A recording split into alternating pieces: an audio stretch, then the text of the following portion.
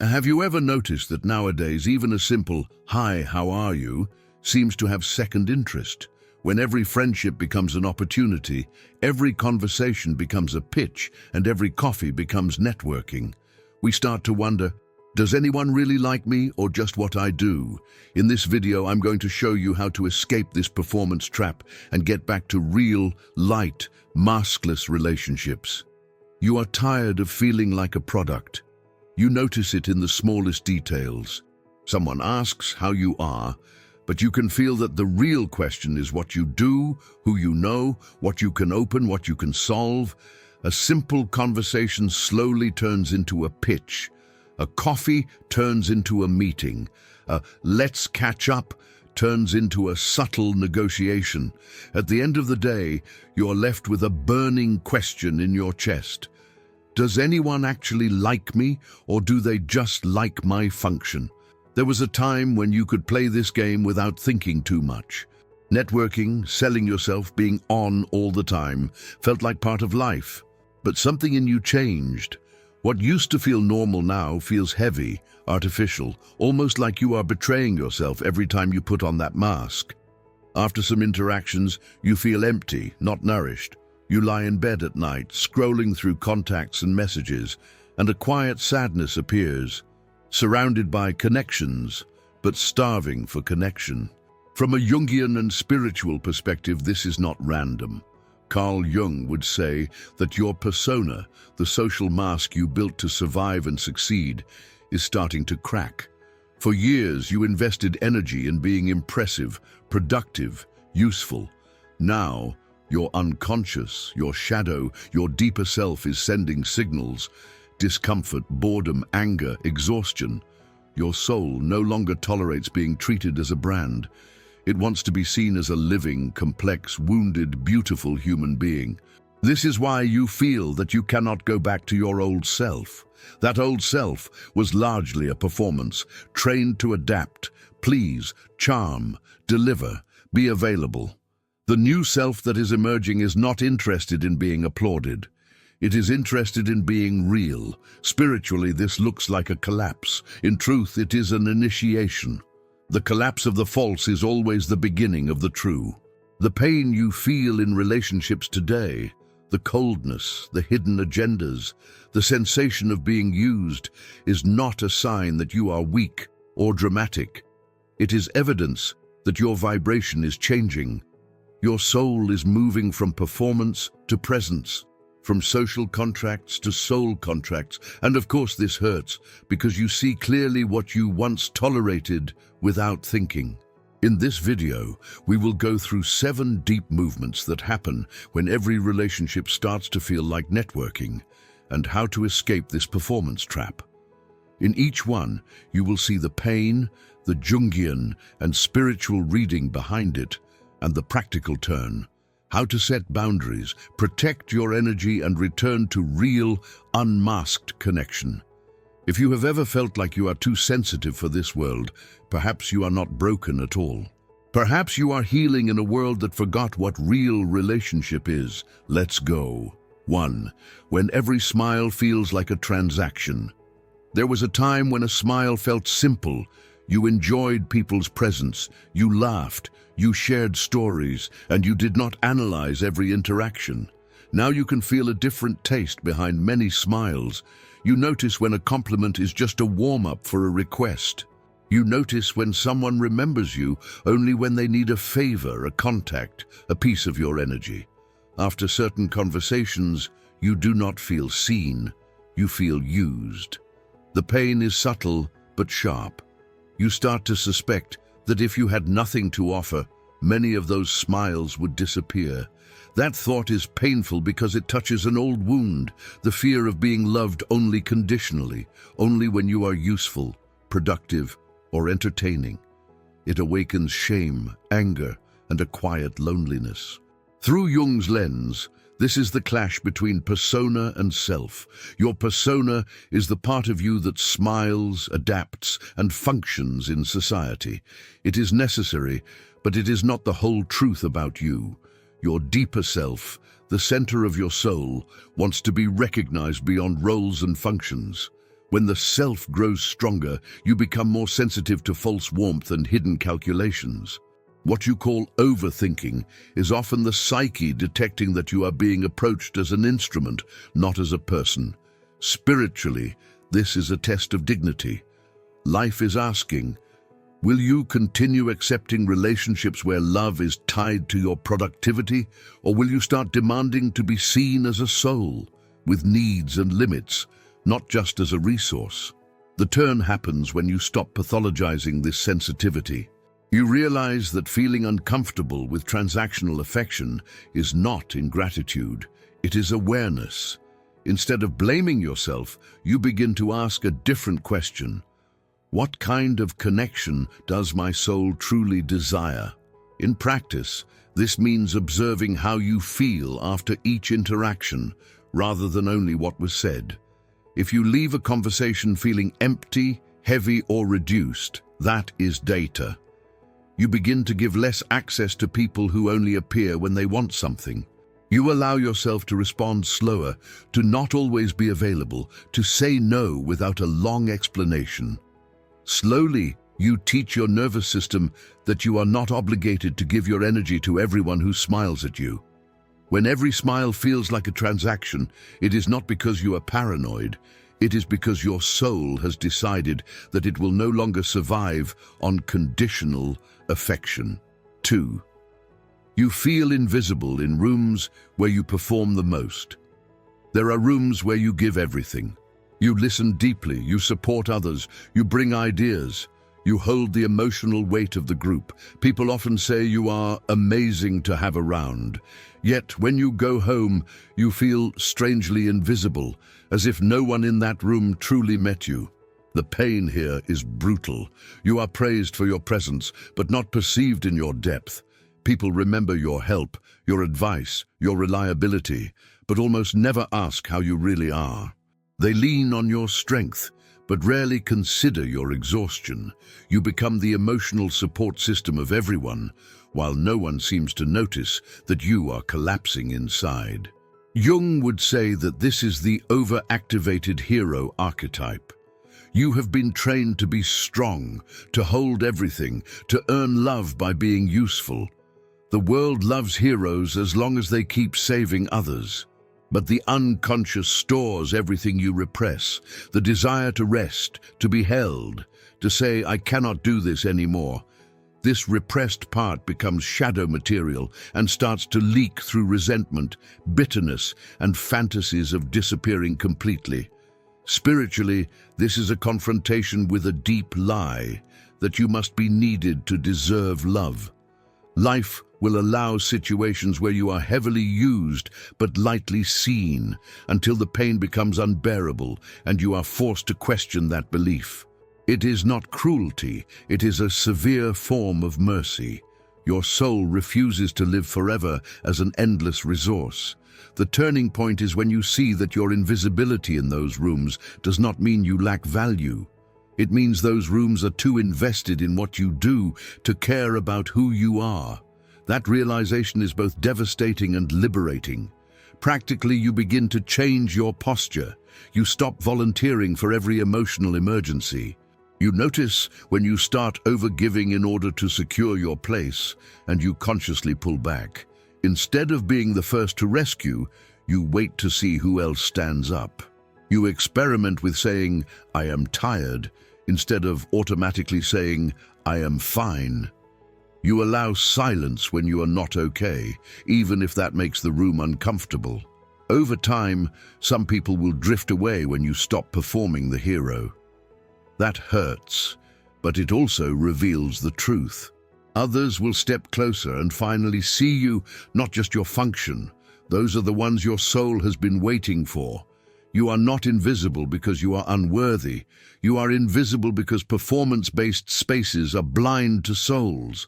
And you, whether you like it or not, are a soul. 3. Your soul becomes allergic to small talk. You used to be able to participate in any conversation. Gossip, trends, light jokes, little stories about nothing special. It filled time and sometimes even felt fun. Now, you find yourself going quiet when the talk stays on the surface for too long. Your mind drifts away. Your body feels heavy. You look around and wonder, what am I doing here? The pain is the sense of not belonging anywhere. On the outside, you are physically present. On the inside, you are somewhere else entirely. You start questioning yourself. Why can't I just relax and enjoy this? Why does everything feel empty? You may even force yourself to engage, but later you feel strangely disconnected from your own heart. From Jung's perspective, this is the individuation process pulling you away from noise and towards meaning. Individuation is the journey of becoming who you really are, beyond the roles you were given. As this process intensifies, the psyche becomes less attracted to distraction and more hungry for depth. It is not that small talk is evil, it is that it no longer nourishes the level of consciousness that is opening in you. Spiritually, this allergy is a redirection. Your energy is being redirected from environments that keep you asleep to environments that support awakening. It feels like losing your place in the social world, but you are actually losing your place in a version of the world that no longer fits your vibration. The turn comes when you stop interpreting this as a personal failure. Instead of thinking, I am boring or I am weird, you begin to understand, my soul is asking for deeper water. You realize you are not demanding constant intensity. You are simply tired of pretending that what is shallow is enough. In practice, you start making different choices. You allow yourself to leave earlier from gatherings where your energy is collapsing. You invest more time in one-on-one conversations that naturally go deeper. You ask real questions instead of staying in the script, and you pay attention to who responds from the heart and who quickly changes the subject. Slowly, you design a life with fewer social obligations and more genuine encounters. Your allergy to small talk is not arrogance. It is a sign that your inner life has become too real to be constantly covered by superficial noise. 4. The shadow behind being impressive. For years, you tried to become the most impressive version of yourself. Better job, better story, better image. You learned how to present your strengths, hide your chaos, and create a narrative that would make people admire you. And to some extent it worked. People respected you, they envied you, they wanted to be around you. Yet after the applause, you felt empty. Alone in your room, you realized that many of the people who admired you did not actually know you. They liked the edited version, the highlight reel, the persona. When you were not at your best, when you were broken, confused, or lost, the crowd thinned out very quickly. Jung warned about this danger. When the persona becomes too perfect, the shadow grows. The shadow contains the parts of you that do not fit the impressive image. Your insecurity, your failures, your tears, your jealousy, your fear of being abandoned. If you build relationships only from your persona, you will attract people who are in love with your mask and allergic to your humanity. Spiritually, this is a confrontation with your own idol, the image of yourself you learned to worship. Life will gently and sometimes violently crack this idol. A failure, a loss, a collapse exposes the gap between who you pretend to be and who you really are. Some people walk away when the mask falls. It hurts, but it also frees you from a prison you did not even know you lived in. The turning point is when you prioritize truth over admiration. You begin to understand that being impressive is not the same as being loved. You would rather be seen in your rawness by a few than adored in your performance by many. Practically, you start small. You share an imperfect detail about your life with someone you trust. You admit that you are tired, that you are scared, that you do not have everything under control. You watch carefully who can hold that truth without judging you or trying to fix you. Those are the beginnings of relationships built on reality, not theater. You also become more honest with yourself. You notice when you are exaggerating, decorating, or editing your story to keep your image high. You gently pull back and speak from a simpler place. Over time, the quantity of connections may decrease, but the quality deepens dramatically. Escaping the worship of being impressive is painful, but it is also the only way to meet people who can love you when you are anything but impressive. 5. Grieving the old way of relating. As you wake up from performance-based relationships, you pass through a strange grief. You look at old photos and feel both warmth and sadness. You remember nights of laughter that now taste different because you see how much you had to hide to stay at that table. You think of people you once called friends and suddenly realize how conditional their presence was. The pain here is the death of illusions. You are not only grieving people, you are grieving the version of yourself who believed that any attention was love. You are grieving the years you spent over-explaining yourself, apologizing for your needs, shrinking your truth to avoid rocking the boat. This grief is not a dramatic choice. It comes uninvited, in moments of silence flooding your chest. Jung would connect this with the death and rebirth archetype. A part of your identity is dying.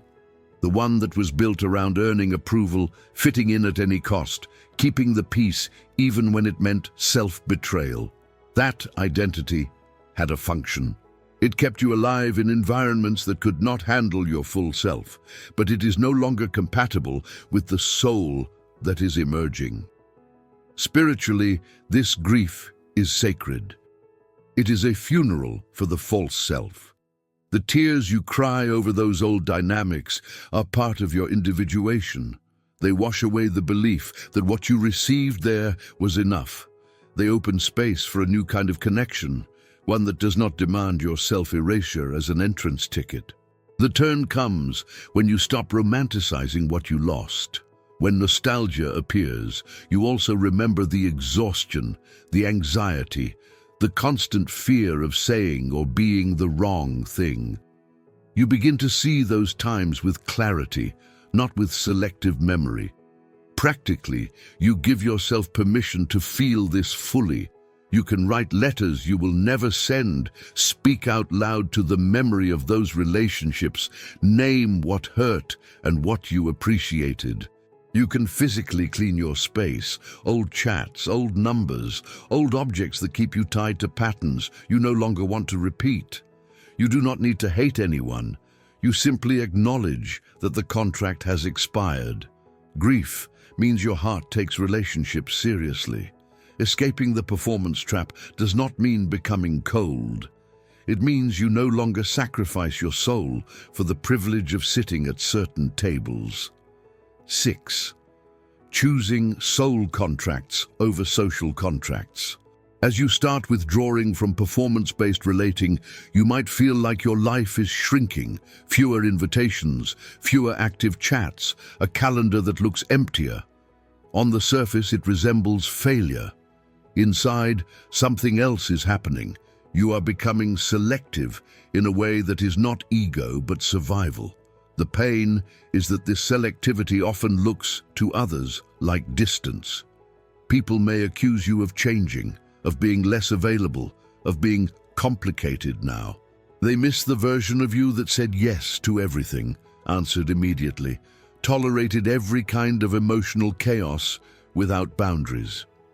You feel misunderstood, yet you know that going back is not an option. From a Jungian view, this is the movement from collective expectations to individual destiny. The collective says you must be likable, easy, always open, always accessible, always pleasant. Individuation says you are not here to please everyone.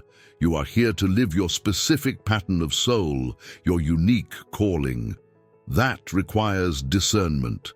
Not every voice deserves the same level of access to your heart. Spiritually, you are shifting from social contracts to soul contracts. Social contracts are built on what can we do for each other. Soul contracts are built on who do we become when we are together. In soul contracts, there is space for silence, struggle, growth, truth. You feel seen not only for your light, but also for your shadow. The turning point is when you accept that your energy is sacred and limited. You stop trying to be everywhere for everyone. You choose a smaller circle, but a truer one. In practice, this looks like saying no without guilt to invitations that your body clearly resists. It looks like taking longer to respond when someone contacts you only when they want something. It looks like investing consistent time and presence in the rare connections where you feel safe to be unedited. It looks like allowing some relationships to fade, not because of hatred, but because they cannot meet you in the depth you now live in. You are not becoming antisocial. You are learning that your soul cannot form deep bonds with hundreds of people at once. You are choosing quality over quantity, resonance over reach. That choice will confuse some, but it will protect and transform you. 7. Escaping the performance trap and returning to real connection. Escaping the performance trap does not mean rejecting the world, quitting your job, or refusing all forms of networking forever. It means changing the axis from which you relate. Before, the axis was fear. Fear of being forgotten, replaced, ignored. Now the axis becomes truth. This is who I am, and this is how I am willing to relate. The pain that brought you here was necessary. Being treated as a tool, feeling invisible, being overlooked when you are not performing. All of that pushed you to a breaking point. At that breaking point, something sacred emerges. The decision to protect your soul, even if the price is temporary loneliness. Jung would say that your core wound around worth and abandonment is being brought to consciousness. The belief, I am only valuable when I am useful, is being exposed as a lie. Spiritually, this exposure is part of your calling. Many people live and die inside the performance trap without ever questioning it. The fact that you feel this tension so intensely is a sign that your soul is not meant to sleep through this life. The turn happens when you start relating from a place of inner alignment. You stop forcing yourself into environments that damage your nervous system. You pay attention to where you feel small, where you feel erased, where you feel manipulated. You slowly step out of those spaces, not with drama, but with clarity. At the same time, you cultivate connection with your own inner world. Journaling, therapy, prayer, contemplation, shadow work. The more you meet yourself, the less desperate you become for others to fill your emptiness. Practically, you tell yourself the truth about your limits. You can say, I am exhausted from performing, and actually change your behavior accordingly. You allow yourself to rest without earning it.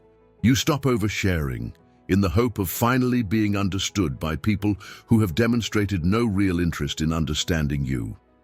You direct your emotional energy toward those who reciprocate, even if that means you have far fewer contacts. With time, something shifts. You begin to meet people who are also tired of pretending. There are conversations where you do not feel like a product. There are moments of silence that do not feel awkward. You laugh in a way that feels like coming home to yourself. Little by little, you rebuild your relational life on a new foundation, presence instead of performance. You discover that you were never too sensitive for this world. You are simply too alive to keep playing dead in your relationships. You are not here to be consumed. You are not here to be a brand. You are here to be a soul among souls. Anyone who can only relate to your mask is part of an old chapter. The chapter you are entering now is written with a different ink, honesty, depth, and a kind of love that does not require you to disappear in order to stay.